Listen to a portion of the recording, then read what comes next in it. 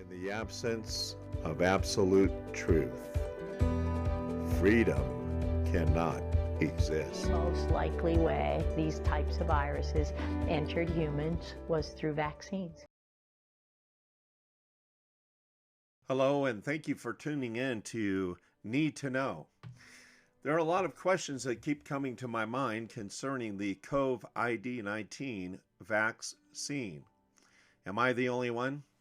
I look around and see so many people willing to wear a mask because they are listening to all the negative stuff that is being reported on the news. Have we replaced common sense with do as the doctor says?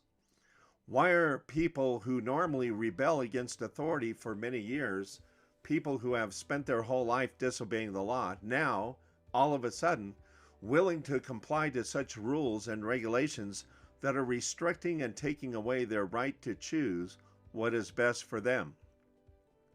Is what is being said about the COVID-19 virus the new reality? Are the majority of people who wear the mask really concerned about the welfare of others?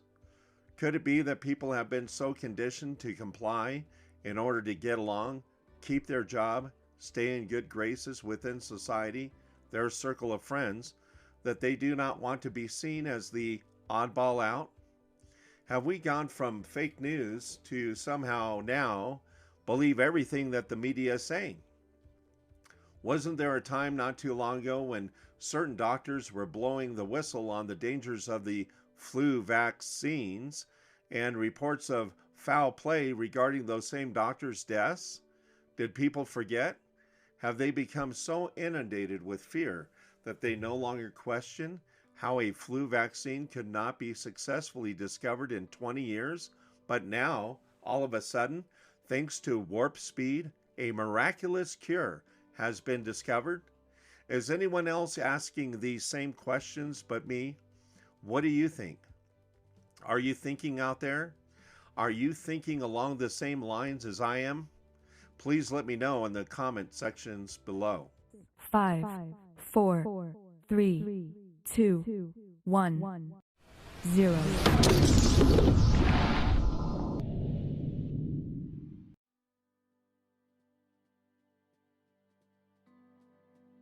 My name is Judy A. Mikovits. I'm a PhD biochemist and molecular biologist. Have done cancer research largely at the National Cancer Institute in Frederick, Maryland, since 1980. I started working as a natural products chemist and a protein chemist in fermentation chemistry, and my job was to make the first interferon alpha, the first immune therapy that actually went into people to cure cancer when we discovered how powerful interferons were for the magic bullet against cancer. So the Time magazine in March 31st, 1980, when I was a senior in college at University of Virginia, was the big if, and there was a droplet, and it was interferon, and I said, that's what I'm going to do. So we first started working with the first human retroviruses. Those are retroviruses like HIV. So we were among the first people to begin recognizing that when the young men were getting sick with all of these opportunistic infections, it used to be called gay-related immune deficiency GRID, and we isolated the virus, HIV, and pretty well changed the world with our research. My PhD thesis actually shifted the paradigm. So at the time we thought that a type of T cell was the problem in the disease, and that was the T cell that was being killed, but it wasn't being killed by the virus. It was being killed by indirect mechanisms. We used to call it bystander effects because my PhD thesis, in fact, was defended a week after Magic Johnson declared he was HIV positive.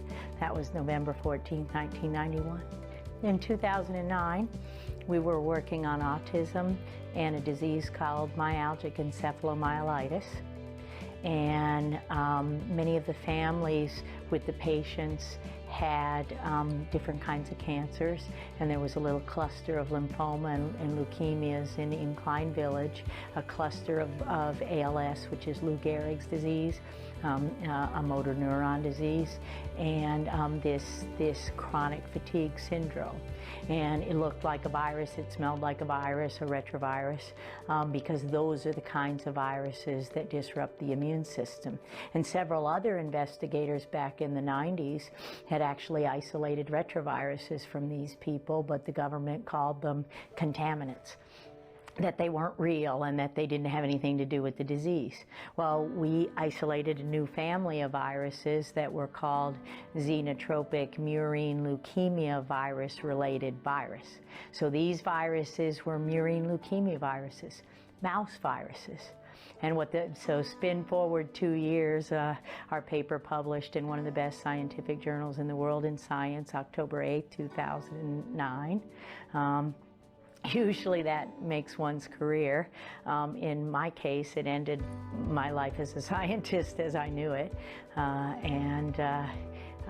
Basically the realization, the big oh my God, of all of those sequences we've seen and all of those proteins and all of these contaminants are causing disease. The fact that they were real was just too much. For 25 million Americans are infected with the viruses that came out of the lab, out of labs into humans via contaminated blood and vaccines.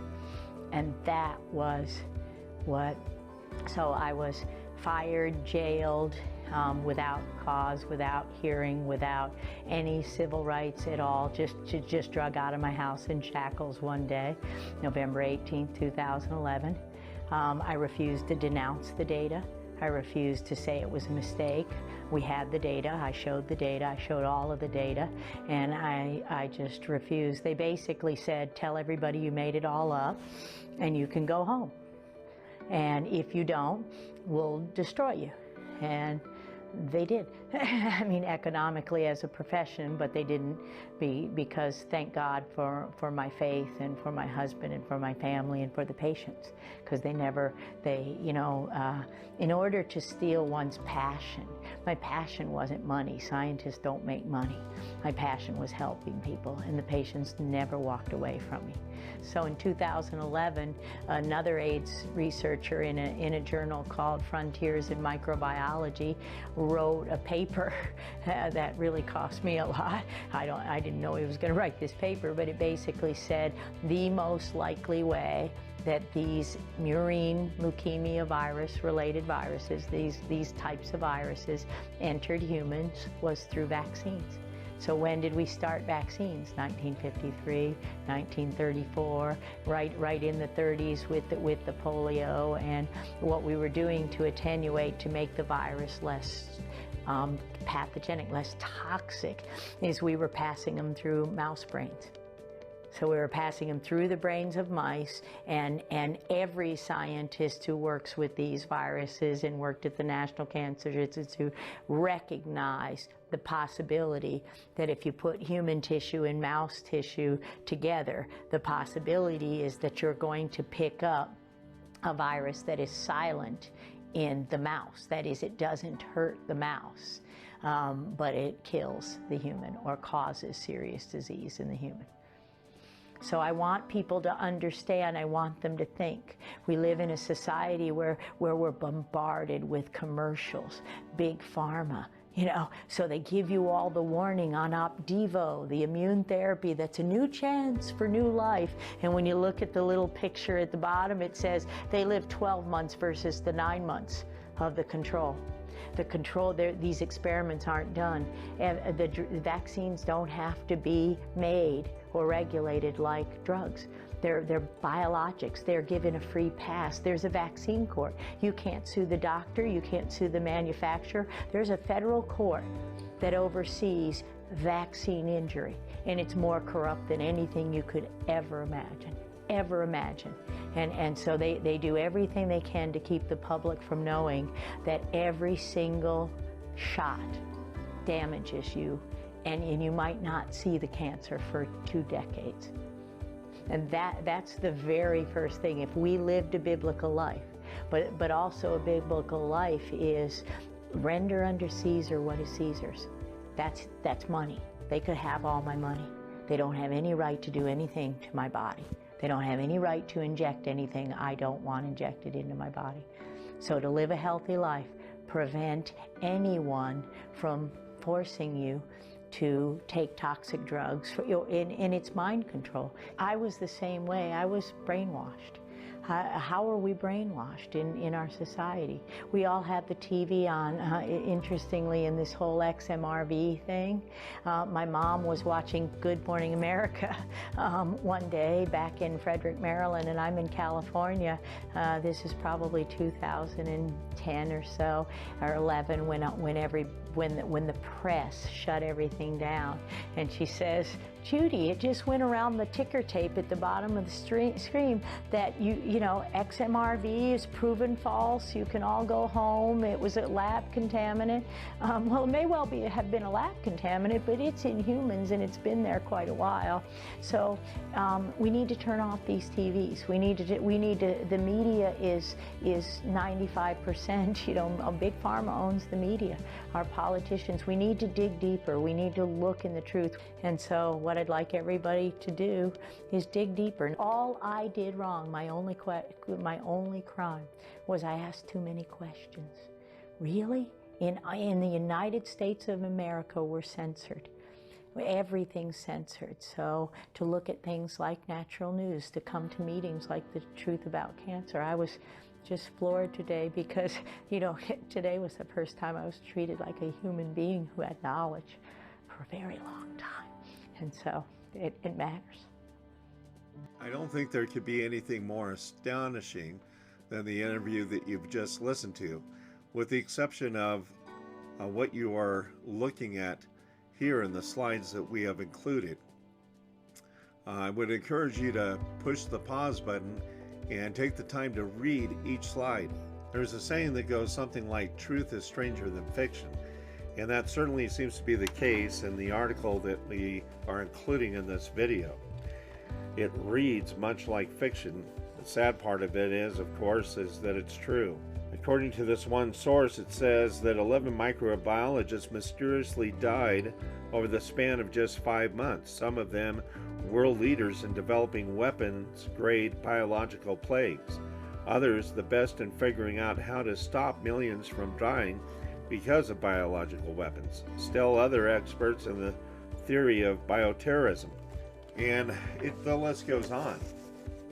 There's another website that we will post links to below in the description section that will take you to a list of over 55 different doctors who have spoken out against the vaccines and have referenced all the different dangers regarding the vaccines, have mysteriously died.